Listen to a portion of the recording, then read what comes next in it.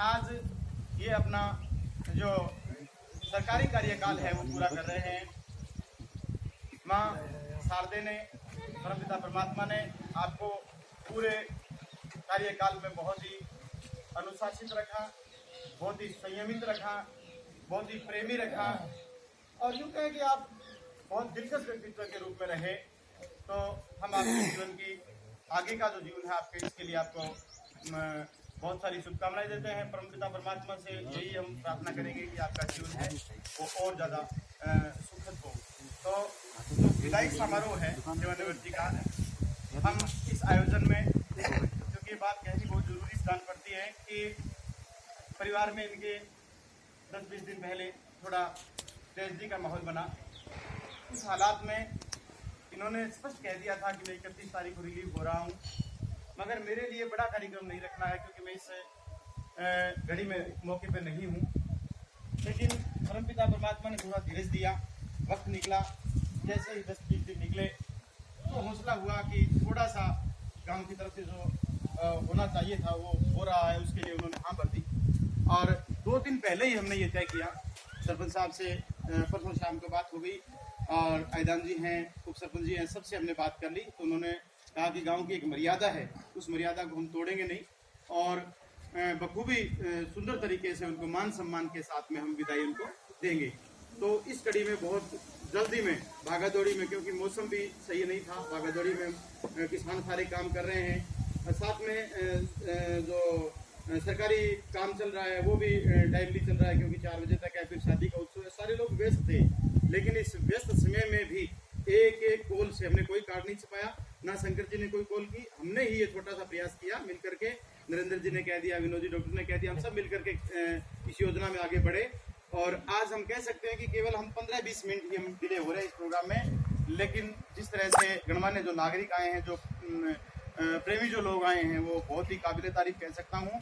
और ये कहूँ कि आज के इस आयोजन में, क्योंकि इस गांव की मर्यादा रही है, जो भी बाहर से व्यक्ति आते हैं उनको पहले मंच दिया जाता है, तो मैं सबसे पहले मंच की गरिमा को बढ़ाने के लिए निवेदन कर रहा हूँ डॉक्टर जगतपाल जी, जो कि डॉक्टर मैडम मंजू जी जो यही काम कर रहे हैं, उनके पतिदेव हैं।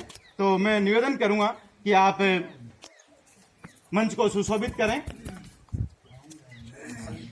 जी सबसे पहले, क्योंकि शंकर जी तो हमारे हैं, इसलिए हम शंकर जी को तो बाद में बुलाएंगे, चौथी कड़ी में हम बुलाएंगे।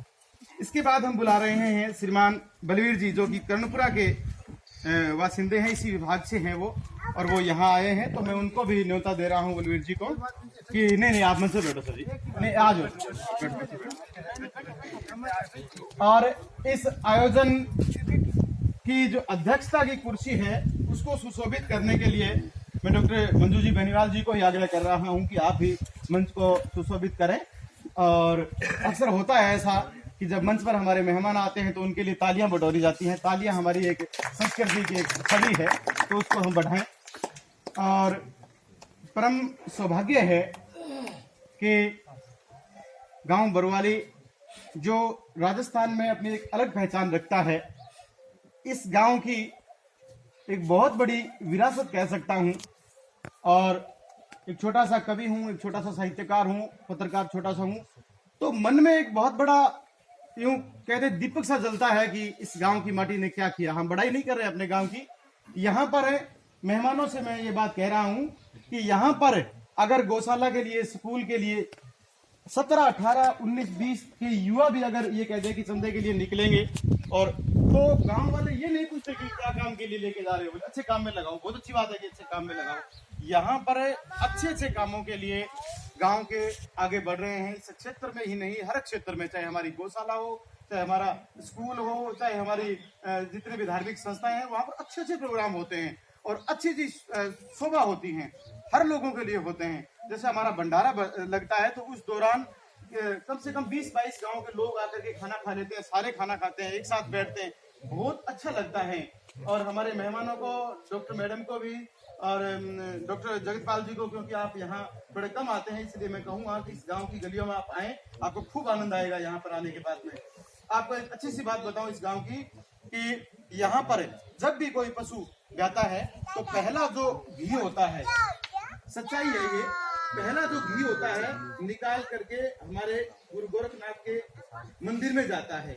एक ही बात नहीं कह रहा हूँ, पूरे गांव की आप कहीं से रिकॉर्ड छान ले सर जी, वहां जाता है। ये हमारी एक परंपरा है, हमारी एक विरासत है, तो इसलिए हर कार्यक्रम में हम साझा रहते हैं। अब मैं निवेदन कर रहा हूँ एक ऐसे व्यक्तित्व को, जिस व्यक्तित्व को इस गांव की बागडोर सौंपी, जिन्होंने अपने कार्यकाल के दौरान कोरोना जैसी एक बेहतरीन संकट भरी आफत आई थी, उस आफत को भी सहन किया, अपना गांव का एक बहुत अच्छा काम चलाया, एक भी पॉजिटिव केस नहीं आने दिया, किसी प्रकार की गफलत नहीं होने दी, और किसी भी प्रकार से यूं कह दूं कि कोई कमी फील नहीं होने दी। उस धरा के उसी गांव के सरपंच महोदय को निवेदन कर रहा हूं, राजा राम जी पूनिया जी को आमंत्रित कर रहा हूं कि आप मुख्य अतिथि की कुर्सी को सुशोभित कर हमें लाभान्वित करें। जी, तालियों के साथ बोलना चाहूंगा। मैं एक ऐसे व्यक्तित्व है जिनके लिए शब्द कम पड़ जाते हैं। देवीलाल जी बांदर, जो छोटों में छोटे हैं, बड़ों में बड़े हैं। हम जब जाते हैं छोटे बन के जाते हैं, छोटे होते हैं उनके पास, हमारे साथ खेलने ले जाते हैं, बात करने ले जाते हैं, जो भी हो कहते थे मान लेते हैं, धमका भी देते हैं। बहुत अच्छे व्यक्तित्व के रूप में है हमारे साथ देवीलाल जी बांदर उप सरपंच हैं, वो भी मंच पर अपना आसन ग्रहण कर रहे हैं, तो जोरदार ताली चाहूंगा। मैं निवेदन कर रहा हूं कि हमारे क्रांतिकारी व्यक्तित्व के धनी श्रीमान आयदान जी हुड्डा जी, कि आप पहले मंच को आसन ग्रहण करें। जी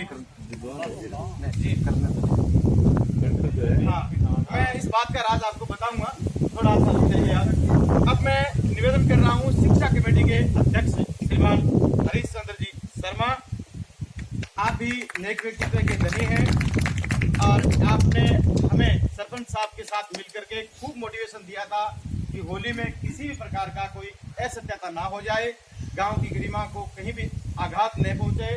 सरपंच साहब और आप दोनों बार बार हमें अवगत करा रहे थे कि पूरी ध्यान रखना है गांव का, कहीं मर्यादा खत्म नहीं होनी चाहिए गांव की, तो उनको मैं मंच पर बुला रहा हूं। और शंकर जी शर्मा मुझे कह रहे थे कि मैं जैसा हूं मैं आपके साथ हूं, मेरी बड़ाई नहीं करनी, मुझे कुर्सी पर नहीं बिठाना, मेरा नाम नहीं लेना, लास्ट में नाम लो छोटा मोटा करके दाएं बाएं मुझे कर देना, टोपी उठा करके दाएं बाएं कर देना, क्योंकि मैं इस कुर्सी को सहन नहीं कर पाऊंगा, वो ये कह रहे थे। लेकिन मैं परमपिता परमात्मा से ये विशेष तौर से निवेदन करता हूँ, प्रणाम करता हूँ, माँ शारदे को भी नमन करता हूँ कि आप वाकई में हैं, क्योंकि कहने को तो बात बहुत सारी होती है। मैं आज स्पष्ट कह रहा हूँ आपको कि मेरे कोई मन में बनावटी बात मैं नहीं कह रहा हूँ, जो मेरे मन में मुझे भगवान ने जो बात कहने के लिए मौका दिया है उस बात के लिए, क्योंकि मैं मंच संभाल नहीं रहा था। मैंने आयदान जी को पहले कहा था कि सर जी आप मंच को संभालोगे, लेकिन आयदान जी ने कहा कि नहीं आप करो, मैं आपके साथ हूँ, तो इसलिए मैंने मंच संभाला है। तो मैं इन पंक्तियों के साथ में हमेशा मुनव्वर राणा साहब का एक शेर बोलता हूँ, और उस माँ को याद करता हूँ जिस माँ ने आपको जन्म दिया और हमारे साथ आपको यहाँ भेजा, कि किसी के हिस्से में घर आया तो किसी के दुका आई। ध्यान चाहूंगा कि किसी के हिस्से में घर आया तो किसी के दुका आई। मैं घर में सबसे छोटा था, मेरे हिस्से माँ आई, मेरे हिस्से माँ आई। जोरदार तालियों के साथ मैं शंकर जी शर्मा जी आइए। और आप विभाग के मध्यम क्रम में हैं, फिर भी आपको वैद्य जी के रूप में ही लोग कहते हैं, ये बड़ी बात है आपके लिए। और नुस्खेदार इतने कि जब कोरोना चली थी तो दवाइयाँ यहाँ बनी थी, वो क्या बनाते हैं हाँ वो बनाते हैं, तो जड़ी बूटियां ला रहे थे कहीं से भी, हमारे घर में भी गए, तुलसी की डालियां तोड़ के लाए, कहीं से क्या लाए डाल रहे थे, ये नहीं हाँ नहीं ला रहे थे, बहुत ही बढ़िया। और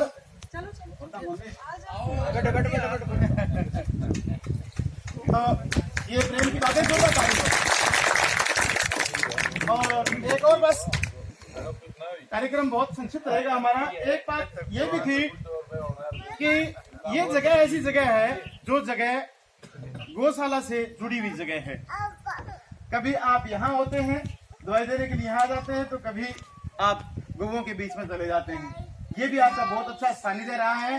अध्यक्ष महोदय बैठे हैं श्रीमान धर्मपाल जी राठी, उन्होंने कहा था कि ये संस्था हमारी है आपसे पहले, ये बड़ी बात उन्होंने कही थी कि गौशाला की संस्था है ये, और इसी के ये नेतृत्व में है।